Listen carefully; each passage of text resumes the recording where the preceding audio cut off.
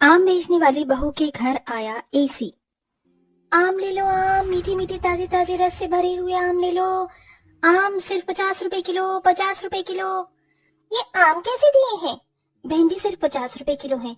क्या 50 रुपए किलो में ये गुलगुले से आम? इसके लिए तुम हमसे 50 रुपए लोगी? नहीं मेम साहब, मेरे आम तो काफी ताजा हैं, ये गुलगुले कैसे हो सकते हैं? अच्छा तुम्हें यकीन नहीं आता तो खुद ही देख लो। रागिनी जैसे ही अपने आमों को छूकर देखती है तो वो काफी ज्यादा गुलगुले होते हैं। ये देखकर ये आम गुलगुले कैसे हो गए? सुबह तक तो बिल्कुल ठीक थे। अगर देने हैं तो 20 रुपए के ले दो आम, वरना मैं तो चली। कोई पागल ही होगा जो 50 रुपए में तुम्हारे ये आम खरीदेगा। कस्टमर की बात सुन रागिनी को ना चाहते हुए भी 1 किलो आम सिर्फ 20 रुपए में देने पड़ते हैं। और ऐसे ही पूरे दिन कोई ना कोई कस्टमर गुलगुले आमों को देखते हुए आधे पैसों में ही आम खरीद लेते हैं, जिसके चलते रागिनी का काफी ज्यादा नुकसान होता है। जिसके बाद शाम होने के बाद रागिनी जैसे ही घर आती है, हे भगवान, ये क्या? सुबह ही मैं इन सभी आमों को पेड़ से तोड़कर रख लेकर आई थी और शाम तक ये सभी आम गुलगुले होकर खराब हो गए। बच्चों ये आम कैसे खराब हुए? अरे बहू, बच्चों से क्या पूछ रही है? मुझसे पूछ। दिन में हमारा घर पूरा का पूरा ईंट की भट्टी बन जाता है, और ईंट की भट्टी में क्या हम सही सलामत रह सकते हैं? माँ जी, अगर गर्मी में यूं ही रही तो सारे आम खराब हो जाएंगे, तो मैं बेचूंगी क्या? माँ, आप ये काम क्यों नहीं करती? आप इन सभी आमों को ठंडे पानी की मटकी में डाल दो, उसकी ठंडक की वजह से ये आम खराब नहीं होंगे। रूही की बात सुन रागिनी उन बचे हुए आमों को ठंडे पानी के मटके में डाल देती है, ये सोच कर के अब तो उसके खराब होने से बच जाएंगे। लेकिन रागिनी सुबह जैसे ही मटका खोलकर देखती है तो गर्मी की वजह से मटके के अंदर भी सारे आम खराब हो जाते हैं। हे भगवान, फिर से इतने सारे आम खराब हो गए। रागिनी, अब हम कर ही क्या सकते हैं सिवाय इन आमों को खराब होता देख। मैं अपने आम के बगीचों में आम इस तरह खराब होता हुआ नहीं देख सकती। मैं इन्हें अपनी देखकर इसलिए नहीं सींचा था कि मैं इन्हें खराब होता देख सकूं। तो हम और कर ही क्या सकते हैं? इस गर्मी से तो हम नहीं लड़ सकते ना। अर्जुन की बात सुन रागिनी के पास कोई जवाब नहीं होता, जिसके बाद रागिनी फिर से अपने आम के बगीचे में जाती है और वहाँ से आम तोड़ने लगती है। हे भगवान, हम पर थोड़ी दया करो ताकि ये आम खराब न हो। रागिनी आमों को लेकर उन्हें बेचने के लिए चली जाती है। तभी दोपहर होने तक सारे आम फिर से गर्मी की वजह से खराब हो जाते हैं, जिसके चलते रागिनी गुस्से में उन सभी खराब आमों को फेंक कर अपना ठेला लेकर घर जा रही होती है।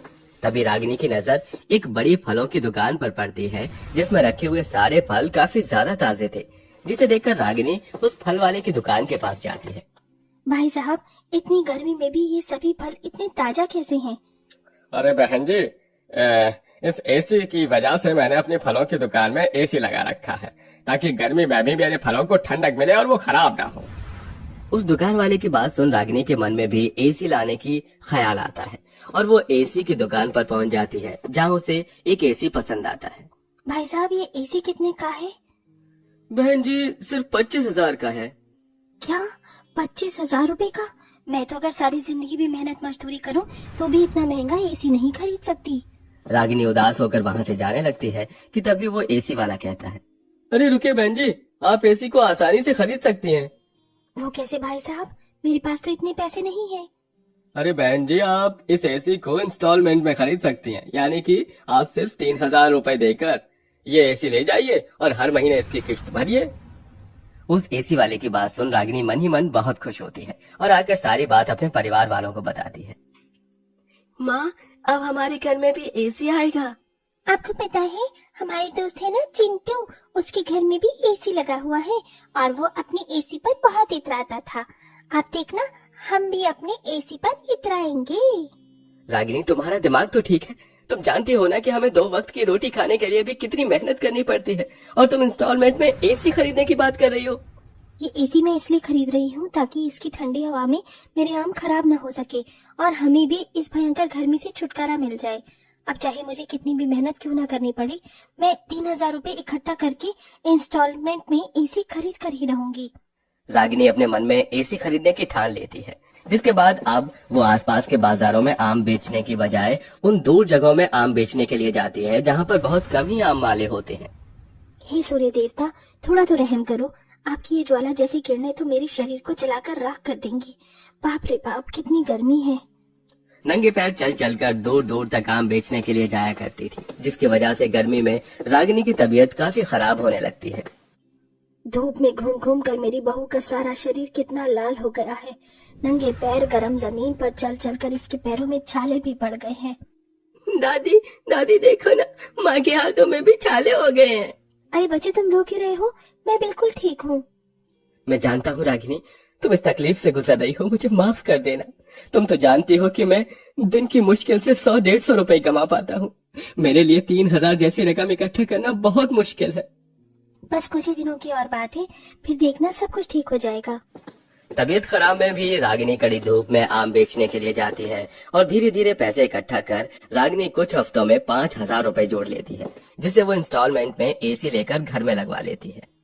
इस एसी के अंदर से तो बहुत ठंडी ठंडी हवा आ रही है। मेरा तो मन ही नहीं कर रहा कि मैं यहाँ से उठकर कहीं जाऊं। अब तो हमें रात में अच्छी नींद आएगी और मच्छर भी नहीं काटेंगे।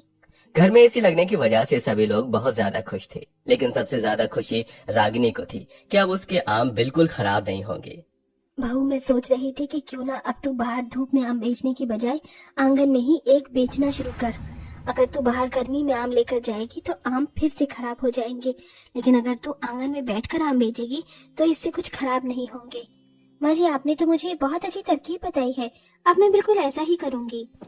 अब रागिनी आमों को एसी की ठंडी हवा में रखकर आंगन में बैठकर आम बेचना शुरू करती है। ये क्या, तुम तो अपने आंगन में ही आम बेच रही हो? अगर बाहर धूप में आम बेचूंगी तो गर्मी की वजह से सारे आम खराब हो जाएंगे।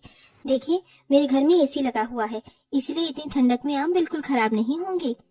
अरे वाह, तुम्हारा एसी तो सच में बहुत बढ़िया है। इसके अंदर से बहुत ही ठंडी ठंडी हवा आ रही है। कस्टमर एसी को देखकर रागिनी से 2 किलो आम खरीद लेते हैं।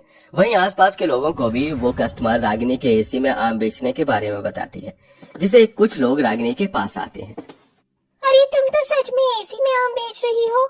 अरे आप लोगों को तो बहुत पसीना आ रहा है।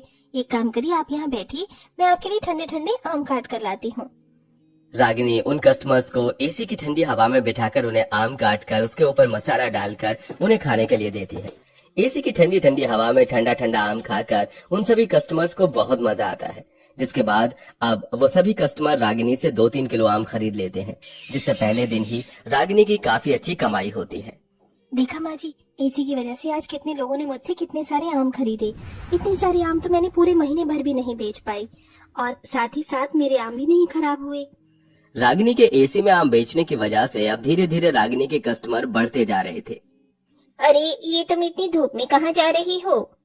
बच्चों को मैंगो शेक पीना था, इसलिए आम लेने के लिए जा रही हूँ।